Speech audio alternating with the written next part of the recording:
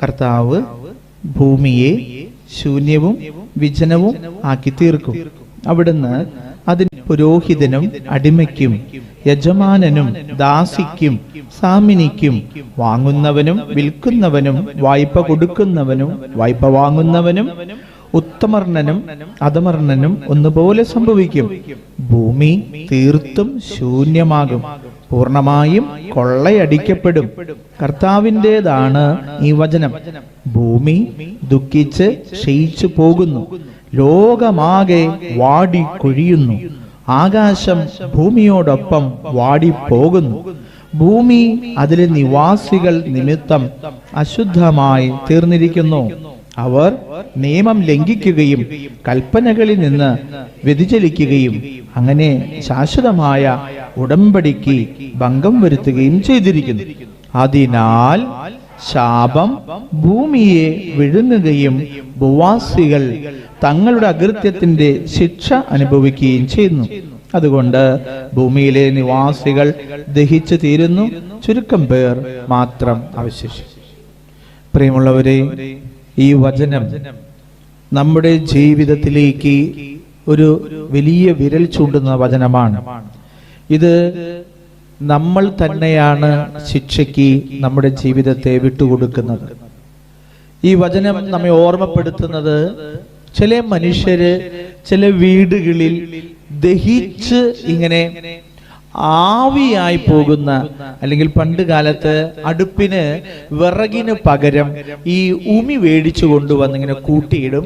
അതിങ്ങനെ പുകഞ്ഞ് പുകഞ്ഞ് പുകഞ്ഞ് ആ ചൂടെടുക്കുന്നത് പോലെ പല വീടുകളിലും ഇങ്ങനെ ഉമി ഇങ്ങനെ കത്തുന്നത്, അത് നമുക്ക് തീയായിട്ട് കാണത്തില്ല, പക്ഷെ അതിൻ്റെ ഉള്ളിൽ ഇങ്ങനെ കത്തി കത്തി കത്തി തീരുന്നത് പോലെ വളരെ പ്രയാസകരമായ അനുഭവങ്ങൾ ജീവിതത്തിൽ കൊണ്ട് നടന്ന് ജീവിതം അവസാനിപ്പിക്കുന്ന ഒരുപാട് മനുഷ്യരുണ്ട്. അപ്പോ ഇതെന്തുകൊണ്ടാണ് ഇങ്ങനെ പലവർക്കും സംഭവിക്കുന്നത്? പലതരത്തിലും പല മേഖലകളുണ്ട്, നമുക്കത് കാണാനായിട്ട് കഴിയും. അപ്പൊ ഇവിടെ 5-ാമത്തെ വാക്യം പറയുകയാണ്, ഭൂമി അതിലെ നിവാസികൾ നിമിത്തം അശുദ്ധമായി തീർന്നിരിക്കുന്നു. അപ്പൊ നമ്മുടെ ജീവിതം കർത്താവ് ആഗ്രഹിക്കുന്നത് കൂടുതൽ കൃപയിൽ ആയിരിക്കുവാൻ വേണ്ടിയിട്ടാണ്. എന്റെ പിതാവ് പരിപൂർണനായിരിക്കുന്നത് പോലെ നിങ്ങളും പരിപൂർണരായിരിക്കുവെന്ന് ഈശോ നമ്മോട് പറഞ്ഞിട്ടുണ്ടെങ്കിൽ നമ്മൾ കൂടുതൽ പരിപൂർണതയിലേക്ക് വളർന്നു വരണം. ഹല്ലേലൂയ. നമ്മളെല്ലാവരും പരിശ്രമിക്കുക എന്നുള്ളതാണ്. നമ്മൾ ഒരു ചുവട് മുന്നോട്ട് വെച്ചാൽ ദൈവം നമ്മെ സഹായിക്കും. നമ്മളൊന്ന് ആഗ്രഹിച്ചു കഴിഞ്ഞാൽ ദൈവം നമ്മെ സഹായിക്കും, നമ്മെ ബലപ്പെടുത്തും. പക്ഷെ ദൈവം നമ്മെ ഈ സഹായിക്കുവാനായിട്ട് ആഗ്രഹിക്കുന്നു. അതാണ് അതിന്റെ വലിയൊരു ആശ്വാസം. നമ്മൾ രക്ഷപ്പെടുവാൻ ദൈവം ആഗ്രഹിക്കുന്നു. ദൈവം തന്റെ പുത്രനെ ഭൂമിയിലേക്ക് അയച്ചത് നമ്മെ രക്ഷിക്കാൻ വേണ്ടിയിട്ടാണ്. അപ്പൊ നമ്മൾ ഇത് മനസ്സിലാക്കി നമ്മുടെ ജീവിതത്തെ നമ്മളൊന്നും കൂടി ക്രമപ്പെടുത്തുവാൻ, നമ്മൾ ഒന്നും കൂടി കൂടുതൽ വിപുലീകരിക്കുവാൻ, കൂടുതൽ വിശുദ്ധീകരിക്കുവാൻ, നമ്മുടെ ഉള്ളിലെ കുറവുകളെ പരിഹരിക്കുവാൻ, നമ്മുടെ ഉള്ളിലുള്ള അസ്വസ്ഥതകളെ അത് പാടെ നമ്മളൊന്ന് മാറ്റി പുതിയൊരു ജീവിതം നയിക്കുവാൻ പരിശ്രമിക്കാൻ തുടങ്ങുമ്പോൾ ദൈവം നമ്മെ അനുഗ്രഹിക്കാൻ തുടങ്ങും. പക്ഷെ നമ്മൾ ചില കാര്യങ്ങൾ നമ്മളെ ഓർമ്മപ്പെടുത്തുന്നത് പ്രകൃതിയിലൂടെയാണ്. അത് മാത്രമല്ല, നമ്മുടെ ശരീരത്തിലൂടെ ചിലത് ഓർമ്മപ്പെടുത്തും, ജോലി മേഖലയിലൂടെ ഓർമ്മപ്പെടുത്തും, നമ്മുടെ സാമ്പത്തിക മേഖലയിലൂടെ ഓർമ്മപ്പെടുത്തും, തൊഴിൽ മേഖലയിലൂടെ ഓർമ്മപ്പെടുത്തും. അത് നമുക്ക് വീണ്ടും കാണാം. ഇവിടെ പറയുകയാണ്, അവർ ഭൂമി അതിലെ നിവാസികൾ നിമിത്തം അശുദ്ധമായി തീർന്നു. അപ്പോ മനുഷ്യന്റെ പാപം മൂലം മനുഷ്യൻ ജീവിക്കുന്ന ആ ഭൂമിയിൽ ഒരുപാട് തകർച്ചകൾ സംഭവിക്കുന്നു. വിശുദ്ധ ഗ്രന്ഥത്തില് ഉൽപ്പത്തി പുസ്തകം 3-ാം അധ്യായത്തിൽ ആദവും ഹവ്വയും പാപം ചെയ്തപ്പോൾ ആദ്യം ഭൂമിയാണ് ശപിക്കുന്നത്. ഭൂമി മുള്ളുകളും മുൾച്ചെടികളും പുറപ്പെടുവിക്കും. മനുഷ്യൻ എന്തുമാത്രം അധ്വാനിച്ചാലും അതിൽ ഫലം കാണുകയില്ല എന്ന് പറയുന്നു. അപ്പൊ മനുഷ്യന്റെ പാപം ഡയറക്റ്റ് ആദ്യം വരുന്നത് ഭൂമിയിലേക്കാണ്. മനുഷ്യൻ ജോലി ചെയ്യുന്ന മേഖലകളിലേക്കാണ്, മനുഷ്യന്റെ താമസിക്കുന്ന ഇടങ്ങളിലാണ്, അവന്റെ അധ്വാന മേഖലകളിലാണ്. പാപം ആദ്യം വേരോടുന്നത് ഭൂമിയിലേക്കാണ്, അവന്റെ പഠന മേഖലയിലേക്കാണ്, അവന്റെ തൊഴിൽ മേഖലയിലേക്കാണ്, അവൻ ഇടപെടുന്ന സ്ഥലങ്ങളിലേക്കാണ്. എന്നിട്ട് ദൈവം പറഞ്ഞു, നീ നെറ്റിയിലെ വിയർപ്പൊഴിച്ച് നീ അധ്വാനിക്കണം. നമുക്കത് ആദ്യമേ തന്നെ ഒന്ന് മനസ്സിലാവും. സാധിക്കുമെങ്കിൽ 3-ാമത്തെ അധ്യായത്തില് അച്ഛൻ അത് പറയാം. അപ്പൊ നിങ്ങൾ കുറച്ചും കൂടി മനസ്സിലാവും. 3-ാം അധ്യായം 14-ാമത്തെ വാക്യത്തിലാണ് അത് കാണുന്നത്. 3-ാം അധ്യായം ബൈബിളിലെ ആദ്യത്തെ പുസ്തകമായ ഉൽപ്പത്തി പുസ്തകം 3-ാം അധ്യായം 14-ാമത്തെ വാക്യത്തിൽ പറയുകയാണ്, ദൈവമായ കർത്താവ് സർപ്പത്തോട് പറഞ്ഞു, ഇത് ചെയ്തതുകൊണ്ട് നീ എല്ലാ കന്നുകാലികളുടെയും വന്യമൃഗങ്ങളുടെയും ഇടയിൽ ശപിക്കപ്പെട്ടതായിരിക്കും. നീ മണ്ണിൽ ഇഴഞ്ഞു നടക്കും, ജീവിതകാലം മുഴുവൻ പൊടി തിന്നും. ഇനി അടുത്തത് സ്ത്രീയോട് പറയുകയാണ്, നീയും സ്ത്രീയും തമ്മിലും നിന്റെ സന്തതിയും അവളുടെ സന്തതിയും തമ്മിലും ഞാൻ ശത്രുത ഉളവാക്കും.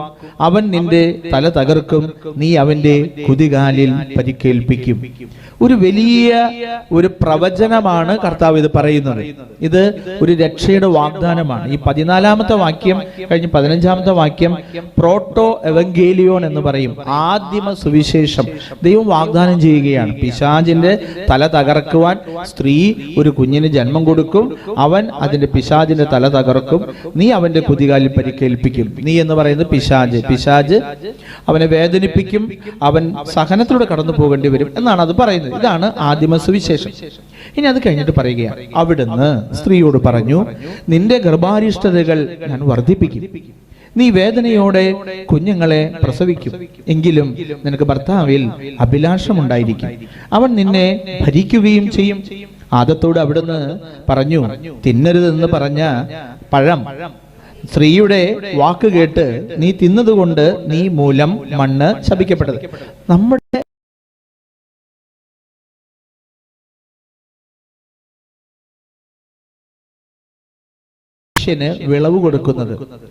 വിളവ് കൊടുക്കുന്ന മണ്ണാണ്.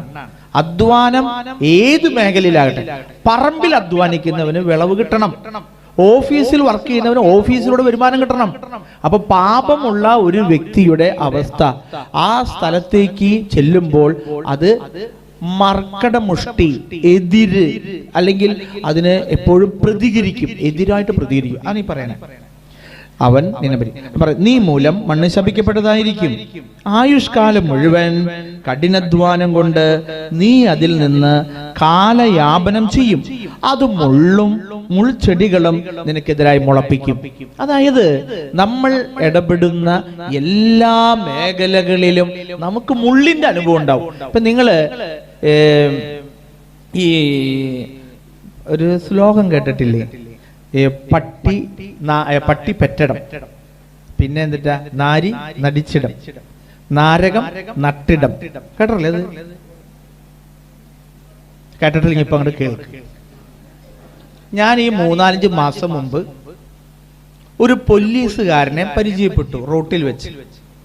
ഈ പോലീസുകാരന്റെ ഇവിടെ ഇങ്ങനെ പൊട്ടി ഇങ്ങനെ ഇട്ടിരിക്കുകയാണ്. പോലീസുകാരന്റെ ഈ നെറ്റിയുടെ ഭാഗത്തെ ഇങ്ങനെ കെട്ടിവെച്ചിരിക്കുകയാണ്. ഞാൻ ചോദിച്ചു, ചേട്ടൻ എന്താ പറ്റിയേ?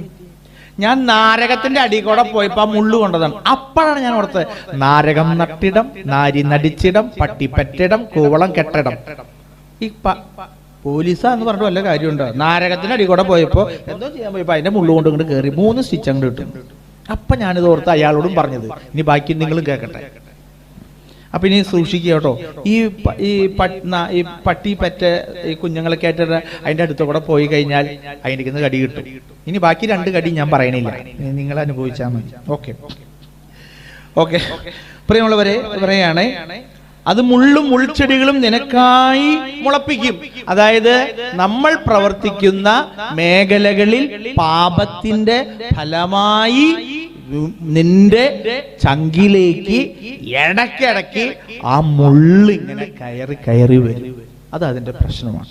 അത് പറയാം. അടുത്ത് പറയുകയാണ്, അത് മുള്ളും മുൾച്ചെടി നീ മുളപ്പിക്കും, വയലിലെ സസ്യങ്ങൾ നീ ഭക്ഷിക്കും, മണ്ണിൽ നിന്നും എടുക്കപ്പെട്ട നീ മണ്ണിനോട് ചേരുന്നവരെ നെറ്റിയിലെ വിയർപ്പ് കൊണ്ട് ഭക്ഷണം സമ്പാദിക്കും. നീ പൊടിയാണ്, പൊടിയിലേക്ക് തന്നെ മടങ്ങ. ഹല്ലേലൂയ. നമുക്ക് വീണ്ടും യെശയ്യായുടെ പുസ്തകം 24-ാം അധ്യായത്തിലേക്ക് വരാം. അതായത് ഇത്രയുള്ളൂ, മനുഷ്യന്റെ അധ്വാനം അവന് ആശ്വാസവും അവന് സന്തോഷവും പ്രദാനം ചെയ്യുവാൻ ദൈവം ആഗ്രഹിക്കുന്നു. പക്ഷെ ഒരു മനുഷ്യന്റെ ജീവിതത്തിൽ ചില പാപങ്ങൾ വരുമ്പോൾ അവനെ അത് നാശത്തിലേക്ക് നയിക്കുന്നു എന്നുള്ളതാണ്. നമ്മളിത് മനസ്സിലാക്കി. നമ്മൾ ഒരുപാട് പേര് ധാരാളം പ്രാർത്ഥിക്കുന്നുണ്ടെങ്കിലും ചില പ്രാർത്ഥനകൾ ഫലം കിട്ടാതെ പോകാൻ കാരണം എന്താണെന്ന് നമുക്ക് കുറച്ച് കഴിയുമ്പോൾ മനസ്സിലാവും, കുറച്ചുകൂടി ക്ലിയർ ആവും. അടുത്ത് പറയുകയാണ്, കൽപ്പനകൾ അവർ നിയമം ലംഘിക്കുകയും, അതായത് ഓരോ മനുഷ്യനും ദൈവം കൊടുത്ത ആ കൽപ്പനകളെ അവർ ലംഘിക്കാൻ തുടങ്ങി എന്നുള്ളതാണ്. അവരത് മനസ്സിലാക്കുന്നില്ല. കാരണന്മാര് തുടങ്ങി ചെയ്യുന്നൊരു കാര്യമാണ്. അവരത് വിലമതിക്കുന്നില്ല, അവരത് മനസ്സിലാക്കുന്നില്ല. താന്തോന്നിത്തരം സ്വന്തം ഇഷ്ടമനുസരിച്ച് പ്രവർത്തിക്കാൻ തുടങ്ങും. അതാണ് പറഞ്ഞത്, അവർ നിയമം ലംഘിക്കുകയും കൽപ്പനകളിൽ നിന്ന് വ്യതിചലിക്കുകയും അങ്ങനെ ശാശ്വതമായ ഉടമ്പടിക്ക് ഭംഗം വരുത്തുകയും ചെയ്യുന്നു. എന്താണ് ശാശ്വതമായ ഉടമ്പടി?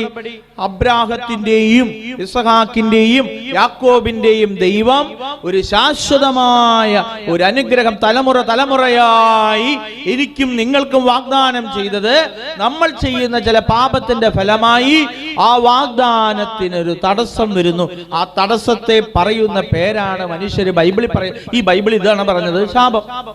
അനുഗ്രഹം തടസ്സമാകുന്നതാണ് ശാപം. മനസ്സിലായോ? ചില ആളുകൾക്ക് എന്തുമാത്രം നമ്മൾ പ്രാർത്ഥിച്ചാലും അനുഗ്രഹം കിട്ടാത്തതിന് കാരണം ആ വീട്ടിൽ എന്തെങ്കിലും ഈ അനുഗ്രഹത്തിന് തടസ്സമാകുന്ന കാര്യങ്ങളുണ്ടാകും. അതുകൊണ്ടാണ് ആ തടസ്സം എന്താണെന്ന് കണ്ടുപിടിച്ച് ആ തടസ്സത്തെ മാറ്റിയാൽ മതി. അപ്പൊ നമുക്ക് അനുഗ്രഹം കിട്ടും. നമുക്ക് ടാങ്കിൽ ഭയങ്കരമായ വെള്ളം അടിച്ചിട്ടുണ്ട്. പ്രിയമുള്ളവരെ, ഇവിടെ ഒരു 3-4 ടാങ്കുകളുണ്ട്. അപ്പൊ ഈ ടാങ്കുകളിൽ വെള്ളം അടിച്ചിട്ടാലും ചില സമയത്ത് പറയും, അച്ഛാ ആ ഭാഗത്ത് വെള്ളം കിട്ടുന്നില്ല. അപ്പൊ ആ ഭാഗത്ത് വെള്ളം കിട്ടാനായിട്ട് ടാങ്കിൽ വെള്ളമുണ്ട്, പക്ഷേ ആ പൈപ്പിൽ അവിടേക്ക് വെള്ളം വളരെ കുറവാണ് വരുന്നത്. അപ്പൊ ഞങ്ങൾ എന്ത് ചെയ്യുന്നറിയോ, അവിടേക്ക് പൈപ്പിൽ വരുന്ന അവസരത്തില് അവിടെ ചില ഒരു സ്റ്റോപ്പർ ഉണ്ട്. ആ സ്റ്റോപ്പർ ഒന്ന് തിരിച്ച് അതിനുള്ളിൽ വെള്ളം പുറത്തേക്ക് വീഴുമ്പോൾ അതിൽ എയർ നിൽക്കുന്നുണ്ടായിരിക്കും. ചിലപ്പോൾ എയർ വെള്ളം നിന്നതിന് ശേഷം എയർ നിൽക്കും. വെള്ളം വരാണ്ട് വരുമ്പോൾ എയർ വലിക്കും. അപ്പൊ അവിടെ അവർക്ക് വെള്ളം ശരിക്കും കിട്ടത്തില്ല. അപ്പോ അത് തുറന്നു കഴിയുമ്പോൾ അത് ആ ടാങ്കിലെ വെള്ളം ഈ പൈപ്പിലൂടെ, മെയിൻ പൈപ്പിലൂടെ കുറച്ചാണ് പുറത്തേക്ക് പോകുമ്പോ സ്വരക്കുണ്ടാവും, പടപടയെന്നൊരു സ്വരം ഉണ്ടാവും. അപ്പൊ ആ എയർ പുറത്തേക്ക് പോയി പിന്നെ വെള്ളം കംപ്ലീറ്റ് വന്ന് ദെൻ ഈ വെള്ളം മറ്റു സ്ഥലങ്ങളിലേക്ക് എത്തുന്ന ഒരു തടസ്സമില്ലാതെ പോവുകയും ചെയ്യും. ഇനി അതല്ലെങ്കിൽ ഏതെങ്കിലും കാര്യങ്ങൾ തടഞ്ഞു നിൽക്കുന്നുണ്ടാവും. അപ്പൊ പ്രിയമുള്ളവരെ, നമ്മുടെ വീട്ടിലും നമ്മുടെ കുടുംബത്തിലും നമ്മുടെ ജീവിത പങ്കാളിയിലും നമ്മുടെ മക്കളിലും ശാശ്വതമായ അനുഗ്രഹത്തിന് തടസ്സമായിട്ട് നിൽക്കുന്ന മേഖലകളെ കണ്ടുപിടിക്കുക എന്നുള്ളതാണ്. ഇന്ന് ഒരുപാട് മനുഷ്യര് കണ്ടുപിടിക്കുന്നതിന് പകരം ഓടി നടക്കുകയാണ്. എനിക്ക് അനുഗ്രഹം കിട്ടാൻ, അനുഗ്രഹം എല്ലായിടത്തും കിട്ടും, ഒരു തടസ്സവും, അനുഗ്രഹം കിട്ടും. പക്ഷെ നമ്മുടെ ഈ അനുഗ്രഹം ശാശ്വതമായി കിട്ടണമെങ്കിൽ ഈ തടസ്സം നിൽക്കുന്ന സാധനങ്ങളെ കണ്ടുപിടിച്ച് മാറ്റാൻ തീരുമാനിക്കുകയും ചെയ്യുമ്പോഴാണ് അനുഗ്രഹം കിട്ടുക. ഹല്ലേലൂയ. ശാശ്വതമായ ഉടമ്പടിക്ക് ഭംഗം വരുത്തുകയും ചെയ്തിരിക്കുന്നു. അതിനാൽ ശാപം ഭൂമിയെ വിഴുങ്ങുകയും ഭൂവാസികൾ തങ്ങളുടെ അകൃത്യത്തിന്റെ ശിക്ഷ അനുഭവിക്കുകയും ചെയ്യുന്നു. കണ്ടോ? അപ്പൊ പ്രിയമുള്ളവരെ, ശാശ്വതമായ ദൈവത്തിന്റെ അനുഗ്രഹം തലമുറകളായി എനിക്കും നിങ്ങൾക്കും കിട്ടേണ്ടത് നമ്മുടെ വീടുകളിൽ ഏതെങ്കിലും പാപത്തിന്റെ ഫലമായി ഈ അനുഗ്രഹം തടസ്സമാകുമ്പോൾ പ്രാർത്ഥിച്ചാൽ മാത്രം പോരാ, ഈ തടസ്സം എന്താണെന്ന് കണ്ടുപിടിച്ച് അതിനെ മാറ്റാൻ പരിശ്രമിക്കണം എന്നുള്ളതാണ്. ഇന്ന് ഒരുപാട് മേഖലയിൽ ആളുകള് ധാരാളം പ്രാർത്ഥിക്കുന്നവരാണ്. കുർബാന ഒരു 30 കുർബാന ചൊല്ല്. അങ്ങനെ കുർബാനയ്ക്ക് ഫലമൊന്നും ഉണ്ടായിട്ടെന്നാൽ ഫലം ഇല്ലാഞ്ഞിട്ടല്ല, പക്ഷെ ആ ഫലം കൊടുക്കുന്നത് ആരാണെന്നറിയോ? ദൈവമാണ് ഈ കുർബാനയുടെ ഫലം കൊടുക്കുന്നത്. നമ്മൾ ഈ കുർബാന ചൊല്ലിക്കുക, ചില ആളുകളുണ്ട് ഒരു അധ്വാനം ഇല്ല, പൈസ കൊടുത്തു ഒരു 30 കുർബാന, ഞങ്ങൾക്കൊരു കുർബാന വേണം, ഒരു 30 കുർബാന. പക്ഷെ ഈ കുർബാനയിൽ പങ്കെടുക്കാൻ പോകാതെ, കുർബാനയിൽ ചെല്ലാതെ, പ്രാർത്ഥിക്കാതെ ഇങ്ങനെ കുർബാനയ്ക്ക് കാശ് കൊടുത്തോണ്ട് എന്താ കാര്യം കിട്ടുന്നത്? എനിക്കത് മനസ്സിലായത് മരിയ ഫൗസ്റ്റീനയുടെ ആ ഡയറിയില് നമ്മൾ മരിച്ചവർക്ക് വേണ്ടി കുർബാന ചെല്ലിച്ചാൽ കർത്താവാണ് നിശ്ചയിക്കുന്നത് ആ കുർബാനയുടെ ഫലം ആർക്ക് കൊടുക്കണമെന്ന്. പറഞ്ഞു മനസ്സിലായ? എനിക്കത് വായിച്ചപ്പം ശരിയല്ലേ? എന്റെ അപ്പന് ഒരു 10 കോടി രൂപയുണ്ടെങ്കിൽ എന്റെ അപ്പൻ എന്ത് ചെയ്തു? അപ്പൻ ജീവിച്ചിരിക്കുന്ന സമയത്ത് തന്നെ 1 കോടി രൂപ കുർബാന ചെല്ലാൻ എല്ലാ പള്ളിയിലും ഏൽപ്പിച്ചു കൊടുത്തു. അപ്പൊ സുഖമായിട്ട് അങ്ങോട്ട് പോകാൻ പറ്റുമോ? പറ്റില്ല. പലരുടെയും ഒരു ധാരണയാണ് കുർബാന ഏൽപ്പിച്ചാൽ രക്ഷപ്പെടും, കുർബാന ഏൽപ്പിച്ചാൽ രക്ഷപ്പെടും. അതാരാണ് രക്ഷപ്പെടുത്തേണ്ടത്? ദൈവമാണ് രക്ഷപ്പെടുത്തേണ്ടത്. കർത്താവ് വ്യക്തമായിട്ട് പറയാണ്, ആ കുർബാന അതിന്റെ ഫലം ആർക്ക് കിട്ടണമെന്ന് ഈശോ തീരുമാനിക്കും. അത് വിചാരിച്ചിട്ട് അച്ഛൻ ഇങ്ങനെ പറഞ്ഞു, ഇനി കുർബാന ചെല്ലിക്കേണ്ടെന്നല്ല ഞാൻ പറഞ്ഞത്, കുർബാന ചെല്ലിക്കാം, അതിന്റെ ഫലം ഈശോ. പക്ഷെ നമുക്ക് പ്രാർത്ഥിക്കാം, കുഴപ്പമുള്ള കാര്യമൊന്നുമല്ല. കർത്താവ് കാണുന്നുണ്ട്. ചിലപ്പോഴൊക്കെ ചില മനുഷ്യർ മരിച്ചു കഴിഞ്ഞാൽ കുർബാന പോലും ചൊല്ലിക്കാതെ ജീവിക്കുന്ന മക്കളെ ഞാൻ കണ്ടിട്ടുണ്ട്. എന്നിട്ട് മരിച്ചിട്ട് 7 പോലും വരാത്ത മക്കളെ കണ്ടിട്ടുണ്ട്. സ്വന്തം മക്കൾ ഈ പറയണേ 7 ആവശ്യത്തിന്, അപ്പന്റെ ആവശ്യത്തിന് വരാത്ത മക്കളെ ഞാൻ കണ്ടിട്ടുണ്ട്. അവരൊന്ന് കുമ്പസാരിച്ച് കുർബാന സ്വീകരിക്കുക, അങ്ങനെയൊന്നുമില്ല. ഈ മക്കൾക്ക് വേണ്ടിയാണ് ഈ കാരണന്മാർ മുഴുവനും കഷ്ടപ്പെടുന്നത്. അപ്പൊ കർത്താവിനറിയാം ആർക്കാ അതിന്റെ ഫലം കൊടുക്കണേന്ന് ആണ് പറയുന്നത്. എന്ന് പറയുകയാണ്, അകൃത്യത്തിന്റെ ശിക്ഷ അനുഭവിക്കുകയും ചെയ്തു. അതുകൊണ്ട് ഭൂമിയിലെ നിവാസികൾ ദഹിച്ചു തീരുന്നു. കണ്ടോ? അതായത് മനുഷ്യര് ദഹിക്കാൻ തുടങ്ങും. നേരത്തെ പറഞ്ഞതുപോലെ ഉമി കത്തുന്നത് പോലെ മനുഷ്യര് വീട്ടിൽ കിടന്ന് ഇങ്ങനെ എരിയാൻ തുടങ്ങും. എന്താ കൊണ്ടാ എരിയാൻ തുടങ്ങണേ? അത് ഈ പറയുന്ന തിന്മ എന്താണെന്ന് അറിയാൻ വേണ്ടിയിട്ടാണ്. ഇനി നമുക്ക് ആ തിന്മ കുറച്ചും കൂടി മനസ്സിലാക്കാം. എന്തിട്ടാണ്? നമ്മൾ ലേവ്യരുടെ പുസ്തകം എടുക്കുകയാണ്. ഉൽപ്പത്തി പുസ്തകമൊക്കെ കഴിഞ്ഞാല് നമ്മൾ പുറപ്പാടാണ്. പുറപ്പാട് കഴിഞ്ഞാൽ ലേവ്യരുടെ പുസ്തകം കാണും. ലേവ്യരുടെ പുസ്തകത്തിൽ 18-ാം അധ്യായം എടുക്കുക. അതിൽ 18-ാം അധ്യായത്തില് 24 മുതലുള്ള വചനങ്ങളാണ്.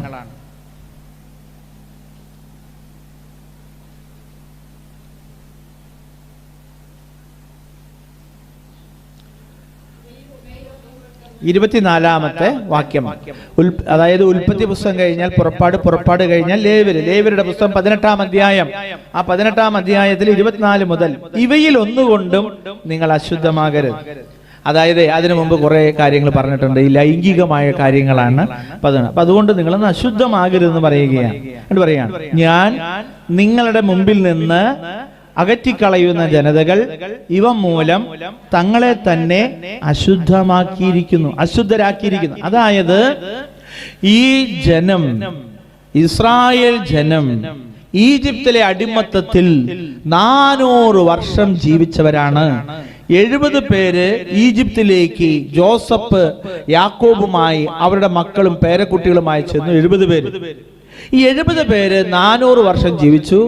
അതിൽ യാക്കോബിനെയും ജോസഫിനെയും അറിയാത്തൊരു ഫറവോ രാജാവായി വന്നു. അദ്ദേഹം അവരെ പീഡിപ്പിക്കാൻ തുടങ്ങി. അവരിങ്ങനെ ധാരാളം മനുഷ്യർ വരുന്നത് കണ്ട് അവരെ ഉപദ്രവിക്കാൻ തുടങ്ങി, അവരെ പീഡിപ്പിക്കാൻ തുടങ്ങി. അങ്ങനെ അവരെ മോശയുടെ നേതൃത്വത്തിൽ ദൈവം കാനാൻ ദേശത്തേക്ക് അവരെ രക്ഷിക്കുകയാണ്. 20 ലക്ഷം വരുന്ന ജനം കാനാൻ ദേശത്തേക്ക് പോകുവാൻ 40 ദിവസം എടുക്കേണ്ടു. പക്ഷേ എന്ത് ചെയ്യുന്നറിയോ? 40 വർഷം മണലാരണ്യത്തിൽ ഇങ്ങനെ അവർ ചുറ്റി നടന്നു എന്നുള്ളതാണ്. ഈ മനുഷ്യര് ചെയ്ത പാപത്തിന്, അതായത് അവര് പിറുപിറുത്തു, പൂർവികരോട് പിറുപിറുത്തു, മോശയ്ക്കെതിരെ പിറുപിറുത്തു, ദൈവത്തിനെതിരെ പിറുപിറുത്തു. അങ്ങനെ പിറുപിറുത്തപ്പോൾ അതിന് പരിഹാരമായി 40 വർഷം മണലാരണ്യം. പിറുപിറുത്താരും കാനാൻ ദേശത്തേക്ക് എത്തിയില്ല. 20 വയസ്സിന് താഴെയുള്ള ആ മക്കളും അവരൊക്കെയാണ് അതിൻ്റെ ഉള്ളിലേക്ക് എത്തിയത്. മറ്റുള്ളവരൊക്കെ മരിച്ചുപോയി. അപ്പോൾ ദൈവം ചില പരിഹാരങ്ങൾ മനുഷ്യന് കൊടുക്കുന്നുണ്ട്. പ്രകൃതിയിൽ തന്നെ പിറുപിറുക്കുന്ന, എല്ലാത്തിനും പിറുപിറുക്കുന്ന അവർക്ക് ദൈവം പരിഹാരം കൊടുത്തു. നിങ്ങൾ ആരും പ്രവേശിക്കുകയില്ല.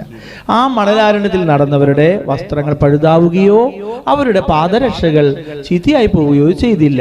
അവർക്ക് 40 വർഷവും അധ്വാനിക്കാതെ ദൈവം കാടപ്പക്ഷിയും മന്നയും കൊടുത്തു. അപ്പൊ അവര് ഈ കാനാൻ ദേശത്തേക്ക് പോകുമ്പോൾ 7 വിഭാഗം ജനതകൾ അവിടെ ഉണ്ടായിരുന്നു. 7 വിഭാഗം ജനതകൾ അവിടെ ഉണ്ടായിരുന്നു. ആ കാനാൻ ദേശം പാലും തേനും ഒഴുകുന്ന ദേശമാണ്. ഒരു വിത്ത് വെറുതെ മണ്ണിലിട്ടാൽ മതി, അത് ഫലങ്ങൾ പുറപ്പെടുവിക്കുന്ന സ്ഥലമാണ്. അങ്ങനെയുള്ള സ്ഥലത്ത് നിന്ന് ആ മനുഷ്യരെ ദൈവം അവിടെ നിന്ന് അങ്ങോട്ട് കുടിയൊഴുക്കി 20 ലക്ഷം മനുഷ്യർ കാനാൻ ദേശത്തേക്ക് വന്നു. എന്തുകൊണ്ടാണ് നിങ്ങൾ ഈ ദേശം അവകാശപ്പെടുത്താൻ കാരണം? അവിടെ ഉണ്ടായിരുന്ന ജനം ഈ പറഞ്ഞ തിന്മകൾ ചെയ്തതുകൊണ്ട് ആ ദേശം അവരെ അവിടെ നിന്നും പുറന്തള്ളി. അതാണ് പറയുന്നത്. നിങ്ങൾ വായിച്ചു നോക്കിയേ. ഞാൻ നിങ്ങളുടെ മുമ്പിൽ നിന്ന് അകറ്റിക്കളയുന്ന 24-ാമത്തെ വാക്യമാണ്. ഞാൻ നിങ്ങളുടെ മുമ്പിൽ നിന്ന് അകറ്റിക്കളയുന്ന ജനതകൾ ഇവ മൂലം തങ്ങളെ തന്നെ അശുദ്ധരാക്കിയിരിക്കുന്നു. ആ ദേശവും അശുദ്ധമായി. ശ്രദ്ധിക്കുക, മനുഷ്യൻ പാപം ചെയ്യുമ്പോൾ അവൻ താമസിക്കുന്ന വീടും ആ സ്ഥലവും അശുദ്ധമാകുവാൻ തുടങ്ങും. നമ്മൾ എവിടെയാണോ നിൽക്കുന്നത് ആ സ്ഥലവും അശുദ്ധമാകാൻ തുടങ്ങും. ഹല്ലേലൂയ. അതായത് ദൈവം ഒരു പ്രവാചകനെ വിളിച്ചു. ആ പ്രവാചകന്റെ പേര് യോന എന്നാണ്. യോന പ്രവാചകനെ വിളിച്ച് നിനിവേ നിവാസികളുടെ അരികിലേക്ക് ദൈവത്തിന്റെ വചനം പറയാൻ വിട്ടു. യോന എവിടേക്ക് പോയി? താർശീഷിലേക്ക് പോയി. താർശീഷിലേക്ക് പോയ യോന അവിടെ കപ്പൽ കയറി. ആ കപ്പൽ കയറിയപ്പോൾ ആ കപ്പലിൽ ഉണ്ടായിരുന്ന മനുഷ്യരുടെ മുഴുവനും സമാധാനം പോയി. ആ കടൽ ഇളകാൻ തുടങ്ങി, തിരമാലകൾ ഉയരാൻ തുടങ്ങി, കൊടുങ്കാറ്റുണ്ടാകാൻ തുടങ്ങി. ആ മനുഷ്യർ ദൈവത്തെ വിളിച്ച് പ്രാർത്ഥിക്കാൻ തുടങ്ങി. വ്യത്യസ്ത മതക്കാരാണ്. അവരവരുടെ ദൈവങ്ങളെ വിളിച്ച് അപേക്ഷിക്കാൻ തുടങ്ങി. എന്നിട്ടും ഒരു ശമനവും ഉണ്ടായില്ല. അവർ വിചാരിച്ചു, ഞങ്ങളുടെ ജീവൻ നഷ്ടപ്പെടുന്നതിന് ഞങ്ങൾ ചിലപ്പോൾ വേണമെങ്കിൽ ഞങ്ങളുടെ ഈ ചരക്ക് സാധനങ്ങളെല്ലാം ഈ കടലിലേക്ക് എറിഞ്ഞു കളയാം, ഭാരം. അങ്ങനെ അവരെല്ലാം അത് എറിഞ്ഞു കളഞ്ഞു. അപ്പോഴാണ് അവർ നറുക്കിട്ടു, ആര് മൂലമാണ് ഇങ്ങനെ ഈ കൊടുങ്കാറ്റുണ്ടാകാൻ കാരണം? നിങ്ങൾ ആലോചിച്ച് നോക്കണം. ഈശോ ജനിക്കുന്നതിനും നൂറ്റാണ്ടുകൾക്ക് മുൻപ് പ്രകൃതി പ്രതികരിക്കുന്നത് ഏതെങ്കിലും ഒരു മനുഷ്യന്റെ ഒരു പാപം മൂലമാണ് എന്ന് ആ ജനം അന്ന് വിശ്വസിച്ചിരുന്നത് കൊണ്ട് അവരത് നറുക്കിടാൻ തുടങ്ങി. അവർ നറുക്കിട്ടപ്പോൾ ആ നറുക്ക് വീണത് അവരിൽ സഞ്ചരിക്കുന്ന യോന എന്ന് പറയുന്ന ഒരു മനുഷ്യനായിരുന്നു.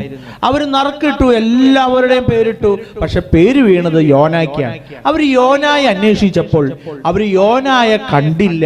പിന്നെ കപ്പലിന്റെ അടിത്തട്ടിൽ ഈ ഭക്ഷണത്തിനുള്ള സാധനങ്ങളൊക്കെ കൂട്ടിയിട്ടിരിക്കുന്നതിന്റെ അവിടെ അവൻ ചുരുണ്ടു കൂടി അവിടെ ഉറങ്ങുകയാണ്, വിശ്രമിക്കുകയാണ്. നിങ്ങളിത് മനസ്സിലാക്കണം. ഈ തിന്മ ശക്തമായും ഇങ്ങനെ ഉണ്ടാകുമ്പോൾ പല മനുഷ്യർക്കും ഒരു സമാധാനക്കുറവുണ്ടാവില്ല. മറ്റുള്ളവർക്ക് സമാധാനം കുറയും, മറ്റുള്ളവർക്ക് അസ്വസ്ഥതയുണ്ടാവും. പക്ഷെ ചില മനുഷ്യർക്ക്, പാപത്തിന്റെ ബന്ധനത്തിൽപ്പെട്ട മനുഷ്യർക്ക് ഒരു സമാധാനക്കുറവുണ്ടാവില്ല. യോന സുഖമായി കപ്പലിന്റെ അടിത്തട്ടിൽ കിടന്നുറങ്ങുകയായിരുന്നു. ബാക്കി ഒരൊറ്റ എണ്ണം അവിടെ ഉറങ്ങിയില്ല.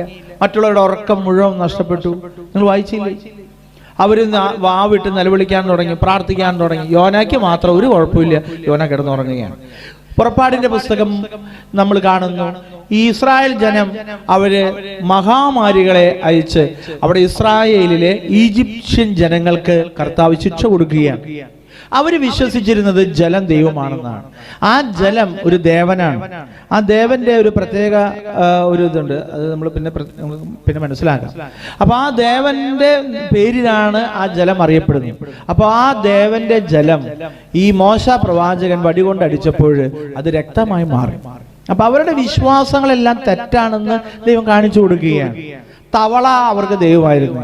തവള ദൈവമായിരുന്നെങ്കിലും വല്ലപ്പോഴും ഒരു തവളയ്ക്ക് വല്ല തീറ്റ കൊടുത്താൽ മതിയായിരുന്നു. ഇപ്പൊ അങ്ങനെയല്ല, തവളകൾ മുഴുവൻ മേത്ത് കയറി കിടക്കാം. ഇപ്പൊ ദൈവം എന്ന് വിചാരിച്ച തവള പോലും ഇവർക്ക് ശല്യമായി മാറി. മനസ്സിലായോ? അപ്പൊ ദൈവം എന്ന് വിചാരിച്ച പലതും അവർക്ക് ഒരു വലിയ ശാപമായി മാറി. സൂര്യൻ ദൈവമായിരുന്നു, ഇരുട്ടായി വന്നു, കാർമേഘം വന്നു, അവർക്ക് വെളിച്ചമില്ലാതായി, കന്മഴ വരാൻ തുടങ്ങി. അപ്പൊ ഇങ്ങനെ ദൈവം എന്ന് വിശ്വസിച്ച പലതും അവർക്ക് ദുരിതമാകാൻ തുടങ്ങി. അതായത് അവരുടെ വിശ്വാസ സത്യങ്ങളെ ദൈവം മാറ്റിമറിക്കുകയാണ്. യഥാർത്ഥ ദൈവം യാഹ്വേ പഠിപ്പിക്കുകയാണ്. അപ്പൊ അതിൽ ഈ പുറപ്പാടിന്റെ ഈ പുസ്തകത്തിൽ ഇത്രയും നാശങ്ങൾ വന്നിട്ടും ഈ ഫറവോന്റെ ഹൃദയം കഠിനമായി എന്ന് ബൈബിളിൽ പറയും. അത് നമ്മൾ മനസ്സിലാക്കണം. ഈ ദൈവം പറയുന്ന കാര്യങ്ങൾ മനസ്സിലാക്കാതെയും സ്വന്തം ബുദ്ധി അനുസരിച്ച് ജീവിക്കുന്നവരുടെ ഹൃദയം എപ്പോഴും കഠിനമാണ്. അത് യോനയ്ക്ക് മാത്രമല്ല, ഫറവോയ്ക്കും എല്ലാ പാപികൾക്കും ഒരുപോലെയാണ്. അങ്ങനെ ഈ യോനായുടെ നറുക്കിട്ട് കഴിഞ്ഞപ്പോൾ യോനായെ വെള്ളത്തിലേക്ക് ഇട്ടു. അപ്പോഴാണ് തിമിംഗലം ആ യോനായെ ഭക്ഷിക്കുന്നത്. പക്ഷെ യോന മരിക്കുന്നില്ല. പക്ഷെ നിങ്ങൾ ആലോചിച്ച് നോക്കുകയും, ആ യോനായെ ആ കപ്പലിൽ നിന്ന് കടലിലേക്ക് ഇട്ടതിന് ശേഷം ആ കടല് ശാന്തമായി, അവർക്ക് സമാധാനമായി. കണ്ടോ? അപ്പൊ നമ്മുടെ ദൈവത്തിന്റെ അനന്തമായ അനുഗ്രഹം ഇടയ്ക്ക് ആരെങ്കിലും മൂലം തടസ്സമാകുന്നുണ്ടെങ്കിൽ ആ വ്യക്തികൾ ആ തടസ്സത്തിന് കാരണമായ ആ തിന്മയെ മാറ്റിയാൽ മതി. പെട്ടെന്ന് നമുക്ക് അനുഗ്രഹം കിട്ടും. ഹല്ലേലൂയ. ചില മനുഷ്യര് പ്രാർത്ഥന മുടിഞ്ഞ പ്രാർത്ഥനയാണ്, പക്ഷെ തിന്മ മാറ്റാൻ തയ്യാറല്ല. തിന്മ മാറ്റാൻ തയ്യാറായാൽ വലിയ അത്ഭുതം നമ്മുടെ ജീവിതത്തിൽ സംഭവിക്കും. കാരണം ദൈവം വിളിച്ചത് നിനവയിലേക്ക് പോകാനാണ്. അപ്പൊ അവൻ നിനവയിലേക്ക് അവനെ കൊണ്ടു ചെല്ലുന്നു. അപ്പോ ആ തടസ്സം മാറുന്നു, ആ ജനങ്ങൾ രക്ഷപ്പെടും. കണ്ടോ? ഇനി നമ്മൾ കൊണ്ട് വായിക്കുമ്പോൾ മനസ്സിലാവും. 25-ാമത്തെ വാക്യം, ആ ദേശവും അശുദ്ധമായിരിക്കുന്നു. കണ്ടോ? അപ്പൊ മനുഷ്യൻ പാപം ചെയ്യുമ്പോൾ ആ ദേശം അശുദ്ധമാകും എന്നുള്ളതാണ്. അടുത്തത്, അതിന്റെ അകൃത്യത്തിന് ഞാൻ അതിനെ ശിക്ഷിക്കും, അത് അതിലെ നിവാസികളെ പുറന്തള്ളുകയും ചെയ്യും. അപ്പൊ ഇസ്രായേൽ ജനം ഈജിപ്തിൽ അടിമത്തത്തിൽ നിന്ന് അവർ കാനാൻ ദേശത്തേക്ക് വരുമ്പോൾ അവിടെ ഉണ്ടായിരുന്ന 7 വിഭാഗം ജനതകളെ ആ ദേശം തള്ളാൻ കാരണം ആ ദേശത്ത് അവരുടെ പാപം മൂലമാണ് ആ സ്ഥലത്ത് നിന്ന് അവർ മാറ്റുന്നത്. ഇങ്ങനെ പറയാം, നിങ്ങളും നിങ്ങളുടെ ഇടയിൽ വസിക്കുന്ന വിദേശീയരും എന്റെ കൽപ്പനകളും പ്രമാണങ്ങളും പാലിക്കുകയും ഇത്തരം മ്ലേച്ഛമായ പ്രവൃത്തികൾ ഏർപ്പെടാതിരിക്കുകയും വേണം. നിങ്ങൾക്ക് മുമ്പ് ഈ നാട്ടിൽ വസിച്ചിരുന്നവർ ഈ വിധം മ്ലേച്ഛതകൾ കൊണ്ട് നാട് മലിനമാക്കി. ആകയാൽ ഈ ദേശം നിങ്ങൾക്ക് മുമ്പ് ഉണ്ടായിരുന്നവരെ പുറന്തള്ളിയതുപോലെ അതിനെ അശുദ്ധമാക്കുക വഴി നിങ്ങളെയും പുറന്തള്ളാതിരിക്കുവാൻ സൂക്ഷിച്ചുകൊള്ളുവിൻ. അപ്പൊ ദൈവം ഒരു മുന്നറിയിപ്പ് കൊടുക്കുകയാണ്, ദൈവത്തിന്റെ ജനത്തിന് മുന്നറിയിപ്പ് കൊടുക്കുകയാണ്. നിങ്ങൾ ചെല്ലുന്ന ദേശം നിങ്ങൾ അനുഗ്രഹിക്കണമെങ്കിൽ നിങ്ങൾ ആ ദേശത്തെ മനുഷ്യർ ചെയ്തിരുന്ന മ്ലേച്ഛ പ്രവൃത്തികൾ നിങ്ങൾ ചെയ്യാതിരിക്കണം. നിങ്ങൾ ദൈവത്തിന്റെ കൽപ്പന അനുസരിച്ച് നിങ്ങൾ ജീവിക്കാൻ തുടങ്ങുമ്പോൾ ആ ദേശം തന്നെ അത് നിങ്ങൾക്ക് അനുഗ്രഹമായി മാറും. അപ്പൊ ഒരു ദേശം എന്തുമാത്രം പാപത്തിന്റെ ബന്ധനത്തിലായിരുന്നോ, മനുഷ്യന്റെ പാപം മൂലം ആ സ്ഥലം, ആ ദേശം, ആ മനുഷ്യർ, 3 കാര്യങ്ങളാണ്. ഒന്ന്, മനുഷ്യൻ അശുദ്ധമാകുന്നു, ദേശം അശുദ്ധമാകുന്നു, ആ നാട് മുഴുവനും അശുദ്ധമാകുന്നു. അങ്ങനെ 3 വ്യത്യസ്തമായ മേഖലകളിൽ ആ സ്ഥലവും ദേശവും മനുഷ്യനും അശുദ്ധമാകുമ്പോൾ നല്ല മനുഷ്യർ വരാൻ തുടങ്ങുന്നു. ആ മനുഷ്യന് നന്മ ചെയ്യാൻ തുടങ്ങുമ്പോൾ ആ തിന്മ അവിടുന്ന് മാറിപ്പോവുകയാണ്. Hallelujah, hallelujah. പ്രാർത്ഥിക്കുന്ന ഒരു മനുഷ്യൻ പ്രാർത്ഥനയോടെ നിങ്ങളുടെ വീടുകളിലേക്ക് കടന്നു വരുമ്പോൾ നിങ്ങളുടെ കാല്, പ്രാർത്ഥിക്കുന്ന ഒരു മനുഷ്യന്റെ കാല് നിങ്ങളുടെ വീട്ടിലേക്ക് എടുത്ത് വെക്കുമ്പോൾ തന്നെ ആ വീടിന്റെ അസ്വസ്ഥതകൾ തന്നെ വിട്ടു. Hallelujah, hallelujah. അത് പറയുന്നത്, ഈ ദേശം നിങ്ങൾക്ക് മുമ്പുണ്ടായിരുന്നവരെ 28 പുറന്തള്ളിയതുപോലെ അതിനെ അശുദ്ധമാക്കും വഴി നിങ്ങളെയും പുറന്തള്ളാതിരിക്കാൻ സൂക്ഷിച്ചുകൊള്ളുവിൻ. ഇത്തരം മ്ലേച്ഛ പ്രവൃത്തികൾ ചെയ്യുന്നവൻ സ്വജനത്തിൽ നിന്ന് വിച്ഛേദിക്കപ്പെടണം. നിങ്ങൾക്ക് മുമ്പ് നടമാടിയിരുന്ന ഈ മ്ലേച്ഛതകൾ വ്യാപരിച്ച് നിങ്ങളെ തന്നെ അശുദ്ധരാക്കരുത് എന്ന് എന്റെ കൽപ്പന അനുസരിക്കുവിൻ. ഞാനാണ് നിങ്ങളുടെ ദൈവമായ കർത്താവ്. അപ്പൊ നമ്മുടെ ജോലി സ്ഥലങ്ങളിൽ, പഠന മേഖലകളിൽ, തൊഴിൽ മേഖലകളിൽ, നമ്മുടെ അധ്വാന മേഖലകളിൽ, നമ്മുടെ പ്രവർത്തന മേഖലകളിൽ പലപ്പോഴും നമുക്ക് പല പ്രശ്നങ്ങൾക്കും കാരണം നമ്മൾ അറിയാതെ ചില പാപങ്ങൾ നമ്മുടെ ഉള്ളിൽ നമ്മെ നശിപ്പിക്കുന്നുണ്ട് എന്നുള്ളതാണ്. നമ്മൾ ഈ പാപത്തെ വെറുത്തുപേക്ഷിച്ച് പൂർണ്ണരായി മാറുവാൻ നമ്മൾ പരിശ്രമിക്കാൻ തുടങ്ങുമ്പോൾ ദൈവം നമ്മളെ ഉയർത്താൻ തുടങ്ങും, നമ്മളെ വിജയിപ്പിക്കുവാൻ തുടങ്ങും. ആ ഒരു ബോധ്യം നമുക്കുണ്ടായിരിക്കണം. ഹല്ലേലൂയ. ഞാൻ നിങ്ങളോട് പറഞ്ഞു, ഒരു മനുഷ്യൻ ആദ്യം അശുദ്ധമാകുമ്പോൾ പിന്നെ ആ ദേശം അശുദ്ധമാകാൻ തുടങ്ങും, പിന്നെ ആ നാട് മുഴുവനും അശുദ്ധമാകാൻ തുടങ്ങും. അങ്ങനെ ആ അശുദ്ധമായ നാട്ടിൽ നിന്ന് അവരൊഴുകും. നിങ്ങള് ഈ നോഹയ്ക്ക് ശേഷം, ഈ നോഹയുടെ കാലത്തും വെള്ളപ്പൊക്കമുണ്ടായി, ആ മനുഷ്യരൊക്കെ മരിക്കാൻ ഇടവന്നു. കാരണം ആ പാപത്തിന്റെ ഫലമാണ്. ഭൂമിയിൽ ആദ്യമായിട്ടൊരു വലിയൊരു ദുരന്തം കാണുന്നത് ഈ നോഹയുടെ കാലത്താണ്. ഇനി അതിനുശേഷം നമ്മൾ വീണ്ടും ഒരു തിന്മ കാണുന്നുണ്ട്. അത് ഈ അഗ്നിയും ഗന്ധകവും ആകാശത്തു നിന്നും വന്ന് ഈ ലോത്ത് താമസിക്കുന്ന സ്ഥലത്തെ നശിപ്പിച്ചു കളഞ്ഞു. അവിടുത്തെ മനുഷ്യർ മരിച്ചുപോയി. അവിടെ നല്ല ഫലഭൂയിഷ്ടമായ സ്ഥലമായിരുന്നു, അത് മുഴുവനും നശിച്ചുപോയി. എന്താ കാരണം? അതാ പാപത്തിന്റെ ഫലമാണ്. എന്നിട്ട് ലോത്ത് അവിടുന്ന് ഓടി രക്ഷപ്പെടുകയാണ്. കാരണം എന്താ? ലോത്ത് നന്മ ചെയ്യുന്ന മനുഷ്യനാണ്, അതുകൊണ്ട് ലോത്തിനെ ദൈവം രക്ഷിക്കുകയാണ്. ദൈവത്തിന്റെ മാലാകമാരയച്ച് ലോത്തിനെയും കുടുംബത്തെ രക്ഷിക്കുകയാണ്. അപ്പൊ അതുകൊണ്ട് പ്രിയമുള്ളവരെ, നമ്മൾ ഏത് തിന്മയുടെ നാട്ടിൽ താമസിച്ചാലും ആ തിന്മ നമ്മളെ ആക്രമിക്കാതിരിക്കാൻ നമ്മൾ നന്മയിൽ നിലനിന്നാൽ മതി. ഹല്ലേലൂയ. ഇനി നിങ്ങൾ പ്രത്യേകം മനസ്സിലാക്കണേ, ഇത് നിങ്ങൾക്ക് അറിയാൻ വേണ്ടി കർത്താവ് പ്രത്യേകമായിട്ട് നൽകുന്നൊരു സന്ദേശമാണ്. ശ്രദ്ധിക്കണം. നമ്മൾ വിചാരിക്കും നമ്മൾ താമസിക്കുന്ന സ്ഥലം വളരെ മോശമാണ്, നമ്മൾ ഇവിടുന്ന് പോയാൽ രക്ഷപ്പെടും. നമ്മൾ അങ്ങനെ എവിടെയൊക്കെ പോയാലും ഏത് നാട്ടിലും ഏത് സ്ഥലത്തും തിന്മകളുള്ള സ്ഥലങ്ങളൊക്കെ ഉണ്ട്. പറഞ്ഞു മനസ്സിലായോ? അപ്പൊ നമ്മൾ നന്മ ചെയ്യാൻ തുടങ്ങുമ്പോൾ, നമ്മൾ പ്രാർത്ഥിക്കാൻ തുടങ്ങുമ്പോൾ, നമ്മുടെ ജീവിതം ക്രമപ്പെടുത്തുമ്പോൾ ആ സ്ഥലം അനുഗ്രഹമായി മാറും. ഹല്ലേലൂയ. ഇസ്രായേൽ ജനത്തിന് ദൈവം കൊടുത്ത കാനാൻ ദേശത്തേക്ക് അവിടെ ഉണ്ടായിരുന്ന ജനങ്ങൾ മുഴുവനും നഷ്ടപ്പെട്ടു, അവരൊക്കെ ഉപേക്ഷിച്ചു പോയി. പക്ഷെ ഇസ്രായേൽ ജനം നന്മ ചെയ്ത് ജീവിക്കാൻ തുടങ്ങിയപ്പോൾ ആ നാട് അവരനുഗ്രഹിക്കാൻ തുടങ്ങി. അപ്പൊ നമ്മൾ ചെയ്യേണ്ട ഒരു കാര്യം, പലരും ആളുകളും പറയും, അച്ഛാ ഞങ്ങളുടെ ഈ കഴിഞ്ഞ ദിവസം ഈ ആളുകൾ പ്രാർത്ഥിക്കാൻ വരുമ്പോൾ ചോദിക്കുന്ന ചില മേഖലകളാണ്, അച്ഛാ ഞങ്ങളുടെ വീടിന് എന്തെങ്കിലും കുഴപ്പമുണ്ടോ, വീടിരിക്കുന്ന സ്ഥലത്തിന് എന്തെങ്കിലും കുഴപ്പമുണ്ടോ? ചിലപ്പോഴൊക്കെ അങ്ങനെ എന്തെങ്കിലും ചില ബന്ധനങ്ങളൊക്കെ ഉണ്ടാകാം. അങ്ങനെ അത് വ്യക്തിപരമായിട്ടുള്ള കാര്യങ്ങളാണ്. ഞാനിവിടെ ഞാനുണ്ടായില്ല, ഒരു സാക്ഷി നിങ്ങളിവിടെ കേട്ടില്ലേ? ഒരു സഹോദരി, ആളൂരുള്ള സഹോദരി, ഒരു വാടക വീട്ടിൽ താമസിക്കുമ്പോൾ മിക്കപ്പോഴും പാമ്പ് വരുന്നു അവിടെ ഇവിടെ. അവിടെ കൊച്ചുകുട്ടി സ്റ്റെപ്പ് ഇറങ്ങിയപ്പോൾ ആ ചവിട്ടിയുടെ അടിയിൽ വെള്ളിക്കട്ടനുണ്ടായിരുന്നു. ആ പാമ്പ് ആ കൊച്ചിനെ കടിച്ചില്ലല്ലോ. കൊച്ചിനെ കടിച്ച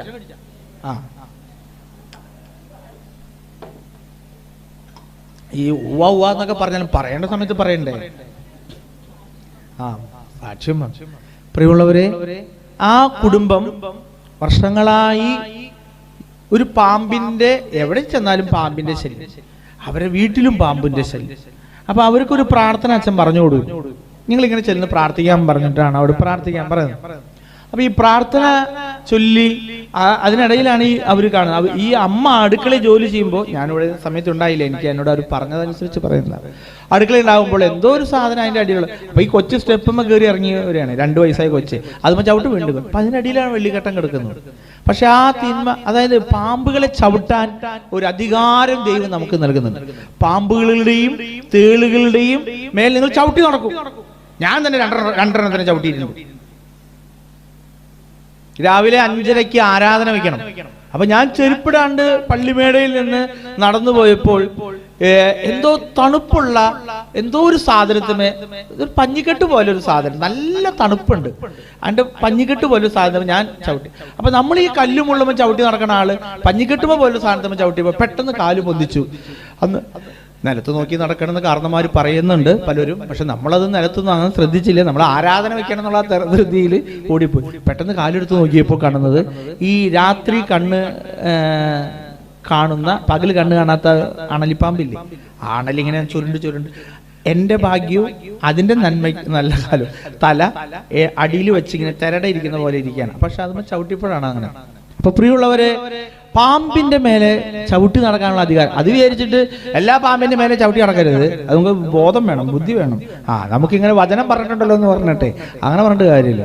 കർത്താവ് നമ്മളെ സഹായിക്കും. കുറച്ച് വർഷങ്ങൾക്ക് മുമ്പ് ഒരു വെള്ളിയാഴ്ച ഞാനിവിടെ വൈകുന്നേരം ക്ലാസ് ഒക്കെ കഴിഞ്ഞ് ഞാൻ ഈ താഴത്തേക്ക് 10 മണി ആവാറായപ്പോൾ, കുറച്ച് വർഷങ്ങൾക്ക് മുമ്പാണ്, ഒരു 7 വർഷമൊക്കെ ആയിട്ടുണ്ടാവും, ഞാൻ ഈ താഴത്തേക്ക് പോവുകയാണ്. അപ്പൊ ഞാൻ ഈ താഴത്തേക്ക് പോകുമ്പോൾ എനിക്ക് ടോർച്ചില്ല, ഒന്നുമില്ല. ഞാനങ്ങനെ പോകുമ്പോൾ പെട്ടെന്ന് എൻ്റെ മനസ്സിൽ ഇങ്ങനെ പറയാണ്, ഈശോ പറയാണ്, നിൽക്കൂ. ഞാൻ പെട്ടെന്ന് നിന്നു. ഞാൻ അങ്ങനെ പെട്ടെന്ന് അനുസരിക്കുന്ന ഒരാളല്ല. ഇത് കർത്താവ് പറയുന്ന കാര്യങ്ങളല്ല. ഞാൻ ഇവിടുന്ന് ബ്രേക്ക് പിടിച്ചാൽ ട്രെയിൻ ബ്രേക്ക് പിടിക്കണവർ അവിടെ നിൽക്കുള്ളൂ. അപ്പൊ ഞാൻ അവിടെ നിന്നു.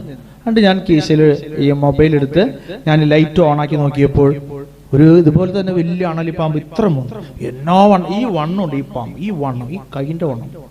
പക്ഷേ ഈ പാമ്പ് കിടക്കുകയാണ്, വെറുതെ കിടക്കട്ടെ, ശാന്തനായി കിടക്കുകയാണ്, ഒരു ഉപദ്രവവും ഇല്ല. പക്ഷെ അടുത്ത കാല് വെക്കുന്നത് ഈ പാമ്പിന്റെ മേലെ ആയിരിക്കും, അത് ഉറപ്പാണ്. അപ്പൊ ഞാനിത് ഇവിടെ വന്ന് ധ്യാനത്തിലുള്ള ആളുകളോട് പറഞ്ഞു കേട്ടോ, ധ്യാനത്തിലുള്ള പറഞ്ഞു, ഇന്നലെ ദൈവം എന്നെ കാത്തു രക്ഷിച്ചു. ഇങ്ങനെ അടുത്ത കാല് ശരിക്കും ആ പാമ്പിന്റെ മേലെ വെക്കും. തല അധികം മണ്ണില്ല, വാലൊക്കെ ഇങ്ങനെ ഭയങ്കര മണ്ണിച്ചു. അപ്പോ ഈ ധ്യാനത്തിലുള്ള ചേട്ടൻ എനിക്കൊരു നല്ലൊരു ടോർച്ച് തന്നു. അച്ഛൻ ഈ ടോർച്ച് ഇരിക്കട്ടെ. എന്തി? ഞാൻ ടോർച്ച് മേടിച്ചപ്പോൾ എൻ്റെ ഭാര്യ എന്നെ വഴക്ക് പറഞ്ഞു, ഇത് ആർക്ക് വേണ്ടിയിട്ട് ഈ ടോർച്ച് മേടിക്കണം, വീട്ടിലെല്ലാവർക്കും ടോർച്ച് ഉണ്ടല്ലോ, ഇത് എന്തിനു വേണ്ടിയിട്ടാണ്? അപ്പോൾ അവള് പറഞ്ഞു, ഒരു ടോർച്ച് എടുത്താൽ ഒരു ടോർച്ച് ഫ്രീ ആണ്, അത് ആർക്കെങ്കിലും കൊടുക്കാമല്ലോ. കണ്ടോ, ഒരു പാമ്പ് വേണ്ടി വന്നൊരു ടോർച്ച് കിട്ടാൻ. പറപ്പൂക്കരക്കാരനാണ്. അപ്പൊ അയാള് വീട്ടിലിരുന്ന് അയാൾക്ക് തോന്നി, ദൈവമേ ടോർച്ച് അച്ഛനാണ് വേണ്ടതെന്ന്. കണ്ടോ, അവിടെ കിടക്കുന്ന ആൾക്ക് പോലും കർത്താവ് ഒരു മെസ്സേജ് കൊടുക്കുകയാണ്, ഇത് അച്ഛന് കൊടുക്കണം ടോർച്ച്, കാരണം ഞാൻ ഇനി ടോർച്ച് ഇല്ലാണ്ട് നടക്കണ്ട. പക്ഷെ ടോർച്ച് അവിടെ എവിടെയോ കൊണ്ട് വെച്ചു. ഞാൻ പറഞ്ഞത് ഇത്രയേ ഉള്ളൂ, നമ്മുടെ ദൈവം പാമ്പിന്റെ മേലെ ചവിട്ടി നടക്കാനും ദൈവം നമുക്ക് അനുഗ്രഹം തരും, അത് ഉറപ്പാണ്. എന്തുകൊണ്ടാ? ആ ദൈവം നമ്മൾ ഉപദ്രവിക്കാൻ വേണ്ടിയിട്ടല്ല ഇത് സൃഷ്ടിച്ചാക്കണം. നമ്മൾ ഈ പ്രാർത്ഥനയിലൂടെ നടക്കുന്ന ഏത്, ഞാനിവിടെ നിങ്ങൾ ശ്രദ്ധിച്ചിട്ടുണ്ടായിരിക്കും, ഇവിടെ ഈ ആളൂരത്ത് ഒരു അമ്മച്ചി ഇവിടെ ഒരു സാക്ഷ്യം പത്തി വിടർത്തി ഇവിടെ എവിടെയാണ്, ഇവിടെ അടുത്ത് ഈ സെന്ററിന്റെ അടുത്താണ് ആ വീട്. ഒരു പാമ്പ് സൈഡിൽ നിന്ന് ഇങ്ങനെ, അമ്മച്ചി ശ്രദ്ധിച്ചില്ല, പിന്നെ നോക്കുമ്പോഴാണ് ഈ പത്തി വിടർത്തിയ പാമ്പ് ഇങ്ങനെ നിൽക്കുന്നുണ്ട് തൊട്ടടുത്ത്, ഇങ്ങനെ ചെറിയ കഴക്കൂടെ പോയപ്പോൾ ഇവിടെ വന്ന് ഇങ്ങനെ പറഞ്ഞ് ഞാനിപ്പോൾ ഓർക്കുകയാണ്. അത് നമ്മൾ പ്രാർത്ഥിക്കുമ്പോൾ നമ്മുടെ പ്രാർത്ഥനയുടെ ഫലമായി നാം പോകുന്ന ഇടങ്ങളും നമ്മൾ ആയിരിക്കുന്ന സ്ഥലങ്ങളും ഒരു തിന്മയും നമ്മൾ ഉപദ്രവിക്കില്ല. ആ ബോധ്യം നമുക്ക് വരണം. ഒരുപാട് മനുഷ്യർക്ക് തിന്മയുടെ ചില കാര്യങ്ങൾ ഇങ്ങനെ മനസ്സിൽ കൂടിയിരിക്കുകയാണ്. അപ്പൊ തിന്മയുടെ ഇടങ്ങളും തിന്മ പ്രവർത്തിക്കുന്നതിന്റെ ഫലമായി പല സ്ഥലങ്ങളിലും അസ്വസ്ഥതകൾ ഉണ്ടാകാം. ആ അസ്വസ്ഥതകളെ നമ്മളെ ബാധിക്കാതിരിക്കാൻ നമ്മൾ പ്രാർത്ഥനാപൂർവം പ്രാർത്ഥിച്ച് ശക്തി ആർജിച്ച് മുന്നോട്ട് പോകുമ്പോൾ ഈ തിന്മകൾ തന്നെ നമ്മിൽ നിന്നും നമ്മുടെ സ്ഥലങ്ങളിൽ നിന്നും തന്നെ പോയിക്കൊള്ളും. Hallelujah, hallelujah. തീർച്ചയായിട്ടും വലിയ അനുഗ്രഹങ്ങളാണ്. നമ്മൾ അത് പല സ്ഥലങ്ങളിലും ദൈവം നമുക്ക് അനുഭവം തരുന്നതാണ്. പക്ഷെ ചില വ്യക്തികൾ എന്ത് ചെയ്യുന്നറിയോ, എനിക്ക് കുറവില്ല, എനിക്ക് ഒരു പ്രശ്നമില്ല, ഞാൻ നല്ല മനുഷ്യനാണ്, എൻ്റെ വീടിനാണ് പ്രശ്നം, എന്റെ പറമ്പിനാണ് പ്രശ്നം, അങ്ങനെ ചിന്തിക്കുന്ന ഒരുപാട് ജീവിതങ്ങൾ ഈ കാലഘട്ടത്തിലുണ്ട്. നമുക്കാണ് പ്രശ്നം. നമ്മുടെ പ്രശ്നം എന്താണെന്ന് കണ്ടുപിടിച്ച് നാം ആ പ്രശ്നത്തെ പരിഹരിക്കാൻ പരിശ്രമിക്കുമ്പോൾ ദൈവം നമ്മെ അനുഗ്രഹിക്കുവാൻ തുടങ്ങും. ഹല്ലേലൂയ. അപ്പൊ അശുദ്ധി ഒരു വ്യക്തിയെ, പാപം ഒരു വ്യക്തിയെ പുറന്തള്ളുമ്പോൾ നന്മ ഒരു വ്യക്തിയെ അവിടെ ജീവിക്കാൻ, അവിടെ താമസിപ്പിക്കാൻ, അവിടെ അധ്വാനത്തിന് ഫലം കിട്ടുവാൻ അയാളെ സഹായിക്കും. ഇത് വലിയൊരു അനുഗ്രഹമാണ്. നിങ്ങൾ ഇനി അടുത്തൊരു പേജ് മറിച്ച് 20-ാം അധ്യായം 22-ാമത്തെ വാക്യം.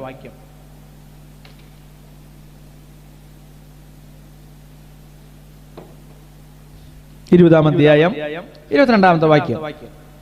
ഞാൻ നിങ്ങളെ, 20-ാം അധ്യായം ലേവ്യരുടെ പുസ്തകം 20-ാം അധ്യായം 22-ാമത്തെ വാക്യം, ഞാൻ നിങ്ങളെ എങ്ങോട്ട് നയിക്കുന്നുവോ ആ ദേശം നിങ്ങളെ തിരസ്കരിക്കാതിരിക്കുവാൻ നിങ്ങൾ എന്റെ നിയമങ്ങളും കൽപ്പനകളും അനുസരിക്കുകയും അനുഷ്ഠിക്കുകയും ചെയ്യും.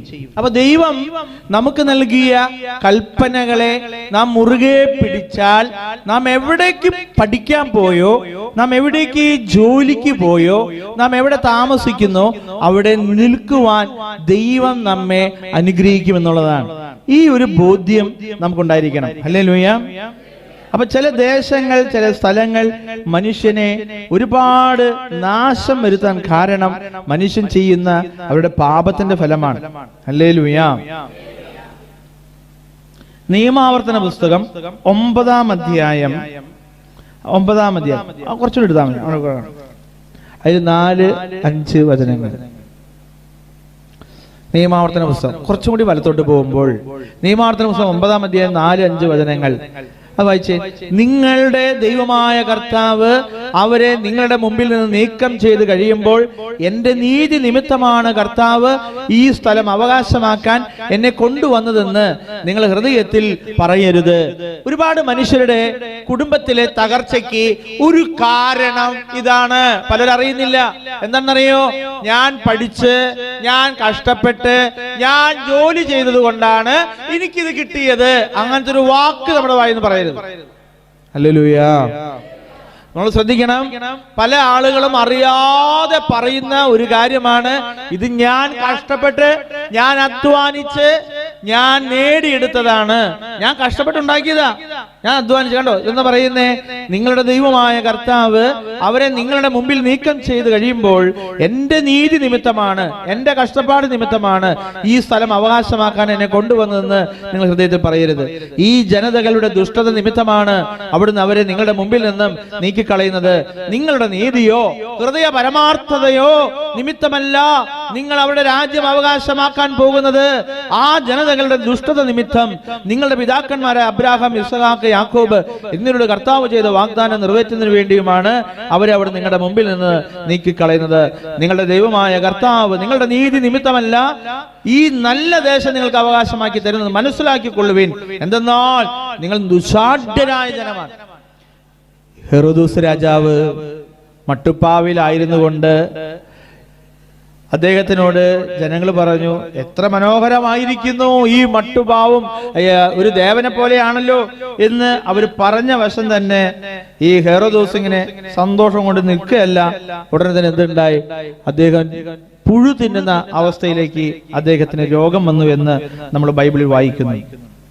പുതിയ നിയമത്തിലാണ്.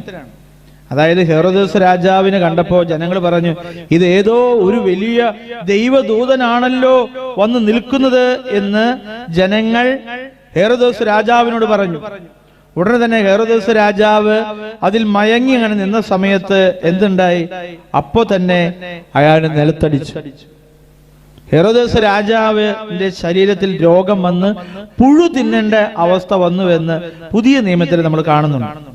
അതുകൊണ്ട് പ്രിയമുള്ളവരെ, നമ്മുടെ ജീവിതത്തിൽ നമുക്ക് കിട്ടുന്ന അനുഗ്രഹങ്ങൾ, നമ്മൾ ദൈവത്തിന്റെ മഹത്വം നമ്മൾ ഒരിക്കലും എടുക്കരുത്. അത് ദൈവത്തിന് തന്നെ കൊടുക്കണം.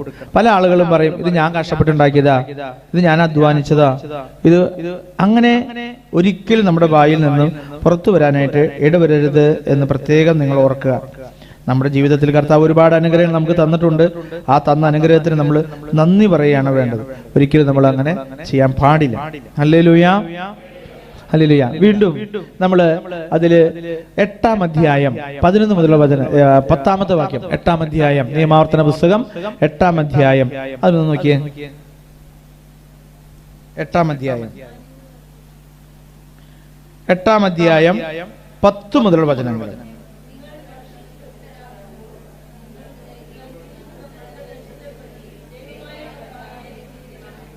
ആ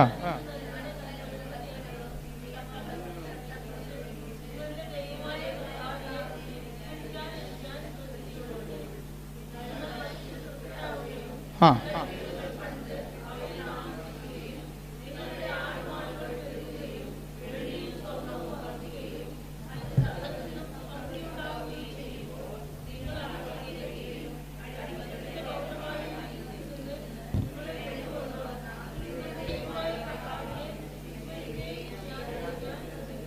പ്രിയമുള്ളവരെ, അച്ഛൻ ഇന്നലെ ഒരു പ്രാർത്ഥനാ സഹായമായിട്ട് യൂറോപ്പിൽ, പ്രത്യേകിച്ചും ഇറ്റലിയിൽ നിന്ന് തന്നെ ഒരു സഹോദരി വിളിച്ചു.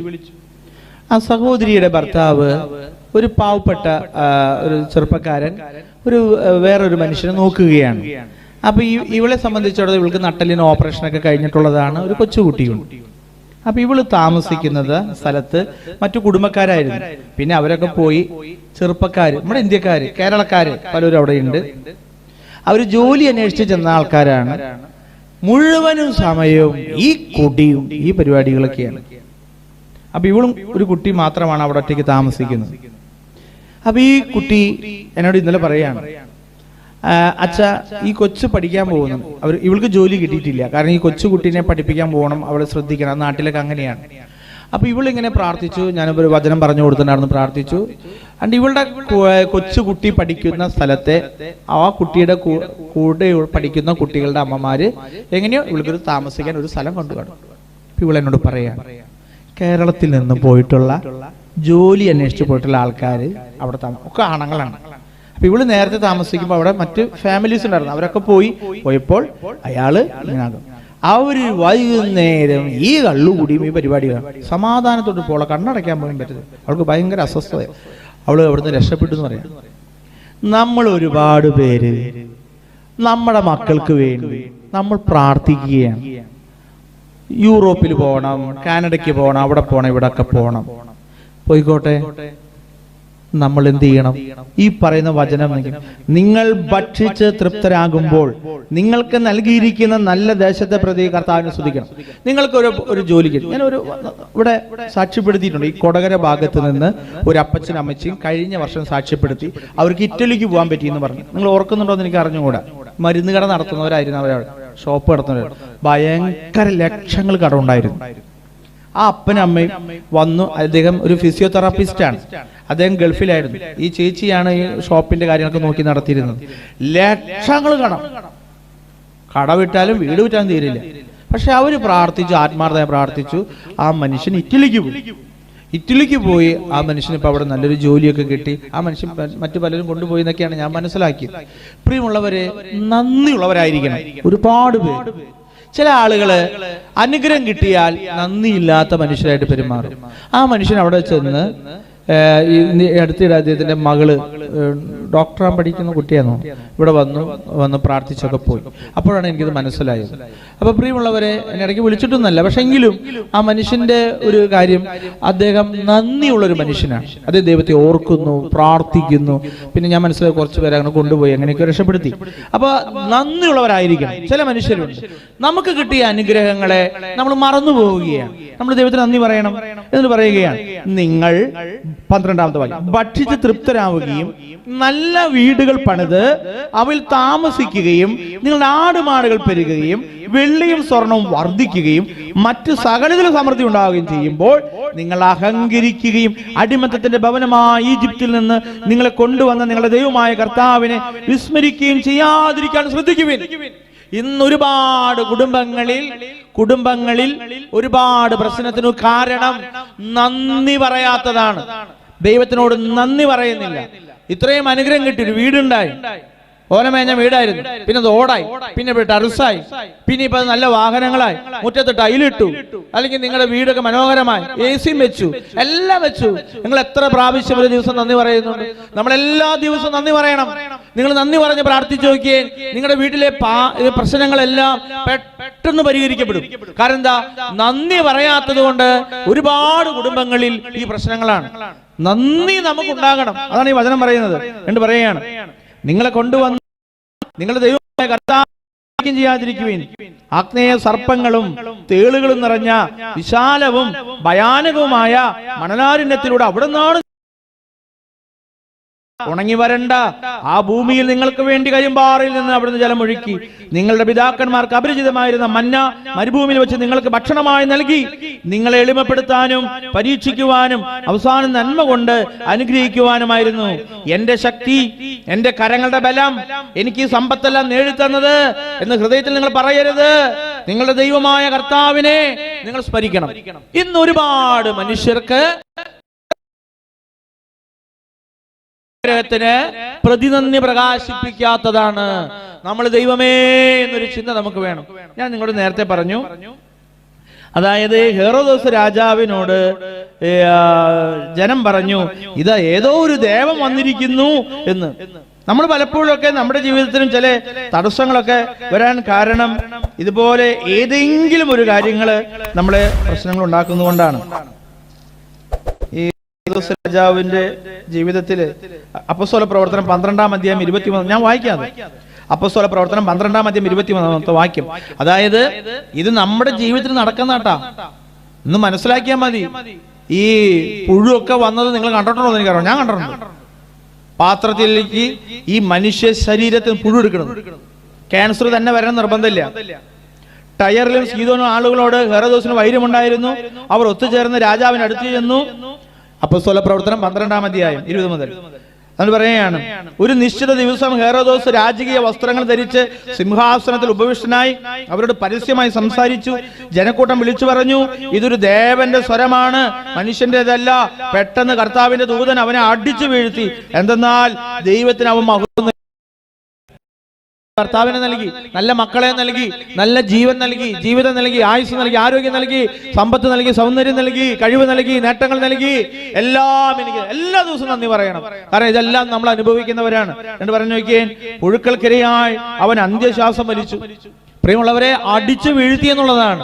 അതായത് ഇത്രയേ ഉള്ളൂ, അവൻ ദൈവത്തിന് മഹത്വം കൊടുത്തില്ല. അപ്പൊ എത്രയോ ശക്തമാണെന്ന് ആലോചിച്ച് നോക്കിയാൽ നമ്മൾ ദൈവത്തിന് നന്ദി പറയാതിരിക്കുമ്പോ നമുക്ക് പരാതികളാണ്, നമുക്ക് പിറുപിറുപ്പാണ്.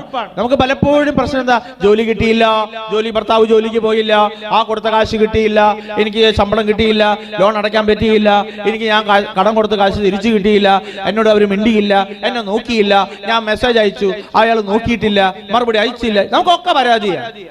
നിങ്ങൾ ഈ പരാതി പറയണ നേരം 1 മണിക്കൂർ നിങ്ങൾ നന്ദി പറഞ്ഞു നോക്കിയേ, 7 ദിവസമാകുമ്പോഴേക്കും നിങ്ങളുടെ ജീവിതത്തിലെ ഒരു വലിയ അനുഗ്രഹം നിങ്ങൾ തേടിയെത്തിയിരിക്കും, ഉറപ്പാണ്. നന്ദി പറയാൻ തുടങ്ങണം. നമ്മൾ നന്ദി പറയാൻ തുടങ്ങുമ്പോൾ ആ ദേശത്തിനുണ്ടായിരുന്ന എല്ലാ അനുഗ്രഹങ്ങളും നമുക്ക് തിരിച്ചു തരാൻ തുടങ്ങും. നിങ്ങൾ 1 മണിക്കൂർ സമയം, എത്ര 24 മണിക്കൂറുണ്ട് നമുക്ക് എല്ലാവർക്കും. നമുക്ക് പരാതികളാണ്, എത്രയോ സമയമുണ്ട് നമ്മുടെ വീടുകളിൽ, അല്ലെങ്കിൽ നിങ്ങൾക്ക് എത്ര സമയമുണ്ട്? നിങ്ങൾ പ്രാർത്ഥിച്ചു നോക്കിയാൽ നിങ്ങൾ മനസ്സിലാക്കേണ്ടത്, നമ്മളായിരിക്കുന്ന സ്ഥലങ്ങളിൽ നമ്മൾ പലപ്പോഴും പുറന്തള്ളപ്പെടാൻ ബിസിനസ് തുടങ്ങുന്നു. ഞാൻ ഒരിക്കലും ഇരിങ്ങാലക്കുടയിൽ ഒരു കട വെഞ്ചിരിക്കാൻ പോയി. ആ കട 7 ഓണർ അതിനു മുമ്പ് ഉണ്ടായിരുന്നു. 8ാമത്തെ ആളാണ്. ഈ ഡാണാവിൽ നിന്ന് ഇരിങ്ങാലക്കുട ചന്തക്കുന്നിലേക്ക് കയറുമ്പോൾ അവിടെ ചാൾസ് ബേക്കറി ഒക്കെ ഉണ്ട്, റൈറ്റ് സൈഡ്. അതിന്റെ അപ്പുറത്തെ സൈഡിൽ ഒരു കട. അങ്ങനെ 2002 വെഞ്ചിരിക്കാൻ കൊണ്ടുപോയതാണ്. എന്നോട് പറഞ്ഞു, അച്ഛാ 7 പ്രാവശ്യം അവിടെ ആൾക്കാർ ബിസിനസ് അടിച്ചു. എന്നാ ശരി, നമുക്കൊന്ന് പോവാന്ന്. നന്നായി നന്ദി പറഞ്ഞ് ഞങ്ങൾ പ്രാർത്ഥിക്കാൻ തുടങ്ങി നോക്കിയേ, എല്ലാ നെഗറ്റീവ് അനുഭവങ്ങളും എല്ലാ വിപരീത അനുഭവങ്ങളും നമുക്ക് അനുഗ്രഹമായി മാറുമെന്നുള്ളതാണ്. മറക്കാതെ 1 മണിക്കൂർ വേണ്ട, ഒരു അരമണിക്കൂറെങ്കിലും നന്ദി പറഞ്ഞ് പ്രാർത്ഥിച്ചാൽ മതി. നമുക്ക് ശ്വാസം വലിക്കാൻ പറ്റുന്നു, നമുക്ക് നടക്കാൻ പറ്റുന്നു, നമുക്ക് എന്തുമാത്രം അനുഗ്രഹങ്ങളാണ് കേട്ടോ. നമ്മൾ വെറുതെ കാലും എടുത്താൽ മതി, അപ്പൊ കാലിന്റെ മസിലൊക്കെ ചിലപ്പോൾ അങ്ങനെ എന്തെങ്കിലും വേദനയൊക്കെ വരും. എനിക്ക് അങ്ങനെ വന്നിട്ട് കുറച്ച് ദിവസമായിട്ട് എനിക്ക് നടക്കാൻ പോലും പ്രയാസമായിരുന്നു. അപ്പോഴാണ് ഞാൻ മനസ്സിലായത് മസിലിന് നന്ദി പറയണം. ഞാൻ വെറുതെ കാല് ഇതിങ്ങനെ കാണിച്ചോളാം, അപ്പോഴും കാലിന്റെ മസിൽ നമുക്ക് കൊച്ചു പിടിച്ചു. പിന്നെ നടക്കുമ്പോൾ ഒരു ബുദ്ധിമുട്ട്. ഇപ്പോഴൊന്നും ശരി. പ്രിയമുള്ളവരെ, തലമുടി കൊഴിയൊന്നും വേണ്ട നന്ദി പറയാനായിട്ട്, എല്ലാത്തിനും നന്ദി പറഞ്ഞു. അവിടെ ഇരുന്നാണ് നന്ദി പറയാ. അതാണ് പറയുന്നത്, താങ്കളെ എളിമപ്പെടുത്താൻ എൻ്റെ ഹൃദയത്തിൽ നിങ്ങൾ പറയരുത്, നിങ്ങളുടെ ദൈവമായ കർത്താവിനെ നിങ്ങൾ സ്മരിക്കണം. അപ്പൊ അതുകൊണ്ട് പറയുമ്പോൾ നമ്മൾ ഇന്ന് കേട്ട വചനം ഇത്രയേ ഉള്ളൂ. നമ്മൾ ആയിരിക്കുന്ന ഇടങ്ങളിൽ നമ്മളെ പുറന്തള്ളാതിരിക്കാൻ പഠിക്കുമ്പോൾ, ജോലി ചെയ്യുമ്പോൾ, താമസിക്കുമ്പോൾ, അധ്വാനിക്കുമ്പോൾ ആ ഇടങ്ങളിൽ നിന്ന് നമ്മളെ പുറന്തള്ളാതിരിക്കാൻ നമ്മുടെ ജീവിതത്തെ വിശുദ്ധമായി നമ്മൾ ആക്കണം. അടുത്തത് നന്ദി പറഞ്ഞ് പ്രാർത്ഥന. നമുക്ക് എഴുന്നേറ്റ് എല്ലാവർക്കും എഴുന്നേറ്റ് 2 കരങ്ങൾ സ്വർഗത്തിലേക്ക് ഉയർത്തി നന്ദിയോടെ 2 കരങ്ങൾ സ്വർഗത്തിലേക്ക് ഉയർത്തി സ്തുതിച്ച് പ്രാർത്ഥിച്ചു. Hallelujah, hallelujah, hallelujah. കർത്താവേ, നീ ഞങ്ങൾക്ക് ജീവിതം മുഴുവൻ നൽകിയ അനുഗ്രഹത്തെ ഓർത്ത് നന്ദി പറയുകയാണ്. ഞങ്ങൾക്ക് നൽകിയ ആയുസ്, ആരോഗ്യം, ഞങ്ങൾക്ക് നൽകിയ ജീവിത പങ്കാളി, മക്കൾ, വരുമാന മാർഗങ്ങൾ, സമ്പത്ത്, ഞങ്ങൾക്ക് നൽകിയ കുടുംബാംഗങ്ങളെ ഓർത്ത് നന്ദി പറഞ്ഞ് പ്രാർത്ഥിക്കുന്നു. കർത്താവേ, ഇന്ന് ഈ വചനം കേൾക്കുവാൻ നീ ഞങ്ങളെ അവിടുന്ന് അനുവദിച്ചതിനെ ഓർത്ത് നന്ദി പറഞ്ഞു. കർത്താവിന്റെ കരം കൂടെ ആയിരിക്കണമെന്ന് പ്രാർത്ഥിക്കുന്നു. പരിശുദ്ധ അമ്മയുടെ നീല കാപ്പിക്കൊളുപ്പ് ചെയ്യണമേ. നന്മ നിറഞ്ഞ പറയുമേ സൃഷ്ടി കർത്താവ് അങ്ങയുടെ കൂടെ സ്ത്രീകളിൽ അങ്ങ് അനുഗ്രഹിക്കപ്പെടാവുന്നതാണ്. ദുരിതം ഫലമായി അനുഗ്രഹിക്കപ്പെടാവുന്നു.